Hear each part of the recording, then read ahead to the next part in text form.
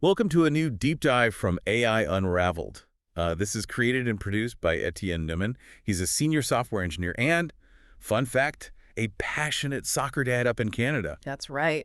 And hey, if you're enjoying these explorations into AI, please take just a second to like and subscribe on Apple Podcasts. It genuinely helps us out a lot. It really does. Helps us bring more insights like these to you. Okay, so today we're diving into a whole stack of recent AI developments.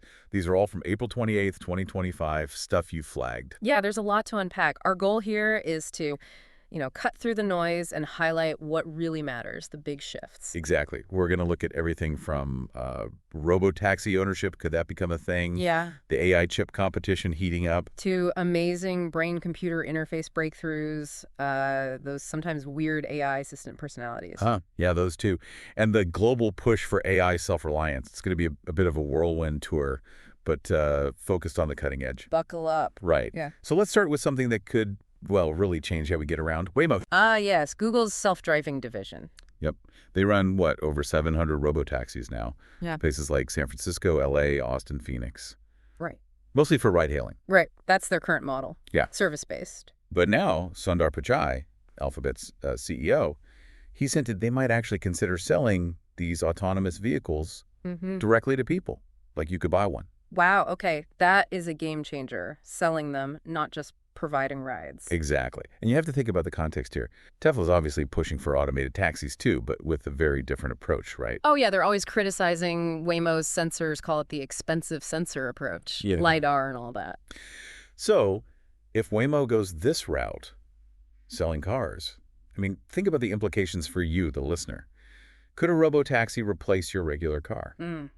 It's tempting to think so, but there are so many hurdles, aren't there? It's not just buying the car. Like what? Well, maintenance, for starters. These are incredibly complex systems. Who fixes your personal robotaxi? And insurance. How does that even work? Good point. Yeah. And regulations would need a massive overhaul, surely. Software updates, too. Imagine managing that across thousands of individually owned cars. It's a huge leap from a centrally managed fleet. Fascinating to consider, but definitely not straightforward. A lot to figure out. Okay. Let's switch gears. From software on wheels to the silicon brains, the hardware, the competition there is really getting intense. You're talking about Huawei. Yeah, reports are saying Huawei is getting ready to launch a new AI chip, the Ascend 910D. And the goal is pretty explicit. Take on Nvidia, challenge their dominance in the GPU market for AI. They're moving fast, too. Initial testing is expected, like, very soon. Chinese tech companies might get early units by the end of May this year. And this links directly to the bigger picture, the whole geopolitical situation. How so? Well, China's pushing hard for technological self-reliance, right? Yeah. Especially with U.S. export controls limiting access to foreign ships and powerful computing hardware. Right, those restrictions. So an AI accelerator chip like this, basically, it's specialized hardware designed to just crunch through those massive AI calculations way faster than a normal processor. Like a superpowered graphics card, but for AI tasks. Exactly. So Huawei developing a powerful domestic alternative, it's not just about business, it's strategic. National security, economic independence. It's all tied up in this. So what does this mean globally? More competition? Potentially, yeah. More options, maybe downward pressure on prices eventually. It could definitely fuel the AI hardware race even further. More players, more innovation. Interesting times for hardware. Okay, now let's shift again to something truly inspiring, I think. Brain-computer interfaces, or BCIs. Neuralink, yeah.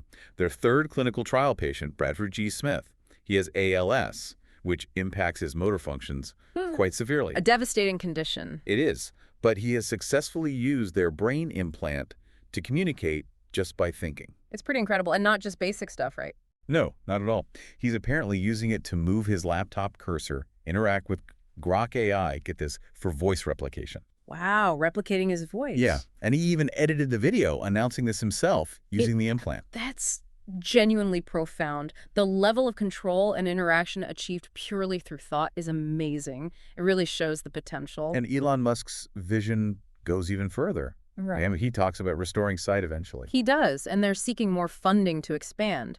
But just think about the immediate impact for people like Mr. Smith, people with neurological conditions. This could dramatically improve quality of life, independence. It really could open up worlds. Okay, let's move to something maybe a bit more everyday, relatable, perhaps even slightly annoying for some folks. AI interactions. Ah, the Chat GPT personality saga. Exactly. Sam Altman, OpenAI CEO, he actually came out and acknowledged that, yeah, a lot of users are finding the updated ChatGPT personality kind of annoying, his words. Huh. It's interesting they admitted it. What's the main complaint? It seems the latest model is just overly effusive. Hmm. Too much praise, like great question, all the time. Unnecessary conversational padding. People just want direct answers sometimes. Yeah, I've seen that feedback. It's described as being almost sycophantic, overly agreeable. It's a tricky balance, isn't it? How so? Well, tuning that personality, you want it to be helpful, maybe even a bit friendly, but not gushing. It can feel inefficient, unprofessional, maybe. Right. And it touches on how we want to interact with AI. Do we want a buddy or just a tool? And users are already finding workarounds, apparently. Yeah, people have come up with prompts, like one called absolute mode, basically telling to cut the chatter and be direct. That's clever. Shows users want control over that interaction style. Definitely. It really highlights that challenge, finding the right tone. Right. Relatable, but efficient. Maybe it needs to be more customizable. Could be. Now, zooming out again, let's look at the bigger strategic plays, national AI strategies. Back to China. Yeah, President Xi Jinping has really hammered home the need for China to achieve self-reliance in AI development.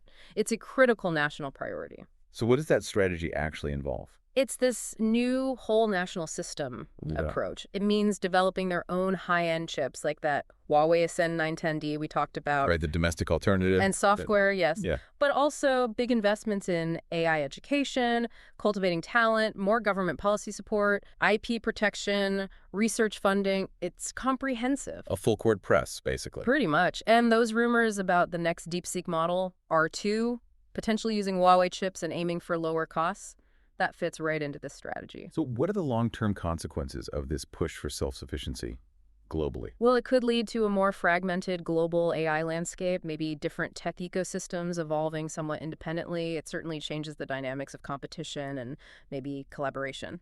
Fascinating. Okay, so as these AI systems get more powerful, more complex, how much do we actually understand about how they work? That seems pretty important. Vitally important. And that leads us to Dario Amodei, the CEO of Anthropic. Right, the AI safety-focused company. What's their goal? Amodei has set a really ambitious target.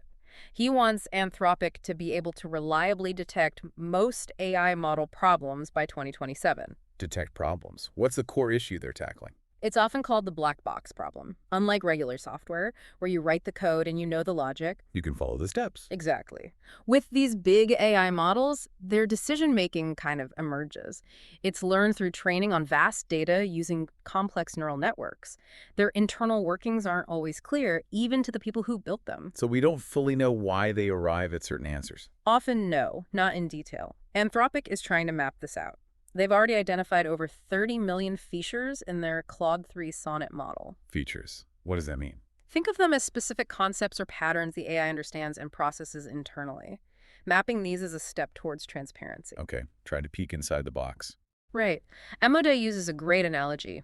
He wants to create a reliable AI MRI, a tool to diagnose models, understand their inner workings. An AI MRI. I like that. But he also warns that AI is advancing faster than our ability to interpret it. We could end up with super intelligent systems whose reasoning we just don't grasp.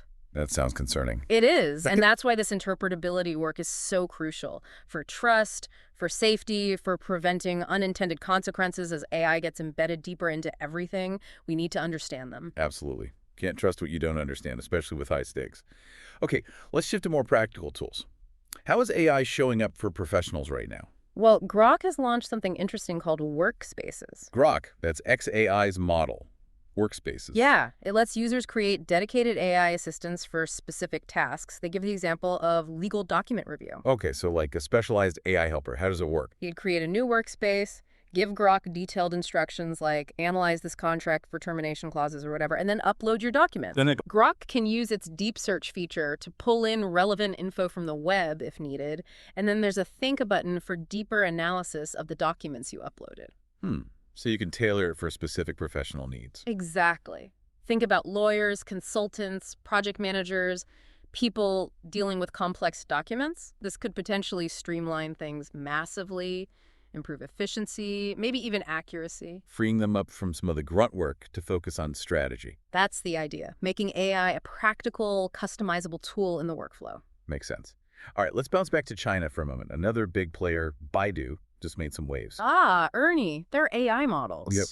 They've unveiled Ernie 4.5 Turbo and Ernie X1 Turbo, and they're clearly aiming to compete hard, especially against rivals like DeepSeek. What's the main news there? Better performance? They claim enhanced reasoning, yes. But the thing really grabbing attention is the price. Oh, how so? Ernie 4.5 Turbo is priced at like 11 cents per million input tokens. That's apparently an 80% cut from the previous version and way, way cheaper than something like GPT 4.5. Wow, that is aggressive pricing. And Ernie X1 Turbo is also significantly cheaper than DeepSeek's R1 model. So they're competing hard on cost. What about capabilities? Baidu claims 4.5 Turbo has new multimodal features that actually beat GPT-4o on some benchmarks. And they say X1 Turbo outperforms DeepSeek in reasoning, too. Strong claims. Any other announcements? Yeah, they also mentioned Xingxiang, which is a multi-agent system for handling lots of tasks, and a new digital avatar platform called Huiboxing. Baidu's building out a whole ecosystem. Seems like it. Any competitive talk? Oh, yeah.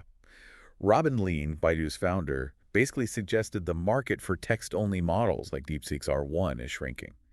And he even claimed DeepSeek's models have a higher rate of hallucinations, essentially, making stuff up. Ooh. Taking direct shots. Definitely. So you've got aggressive pricing, performance claims, new features, and direct competitive jabs.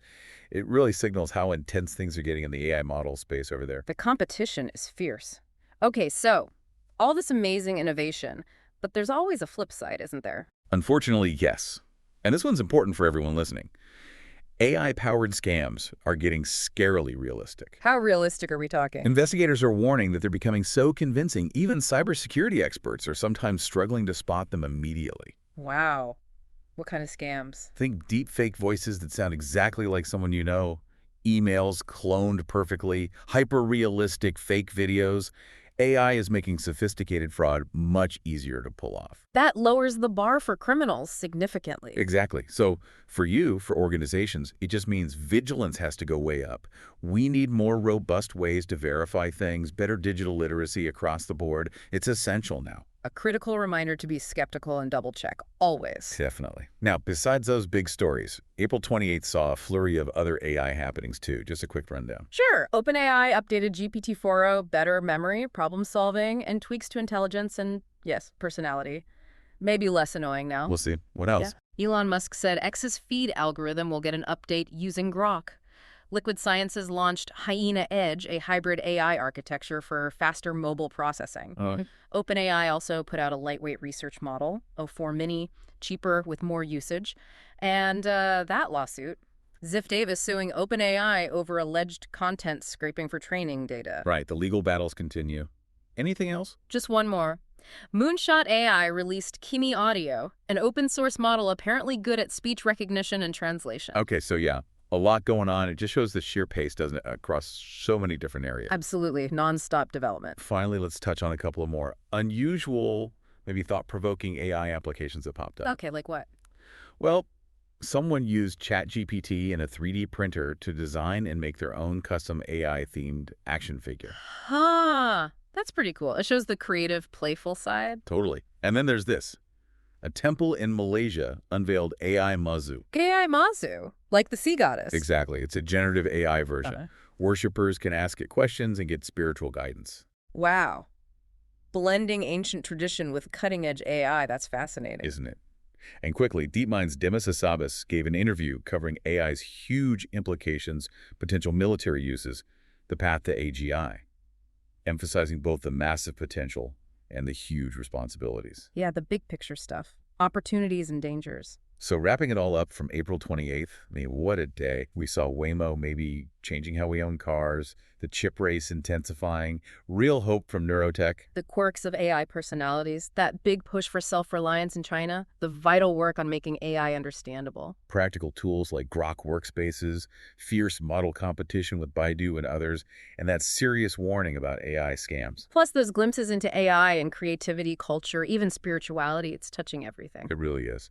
So thinking about all that, what stands out most to you? What do you think will hit closest to home in the next few years? It's just the sheer breadth of it, you know? It's not one single thing. It's how AI is becoming embedded everywhere, often faster than we can fully process the implications. That's a great point. And speaking of processing complex info and maybe getting ahead in your field, if you're feeling inspired by all this tech talk to maybe boost your own skills.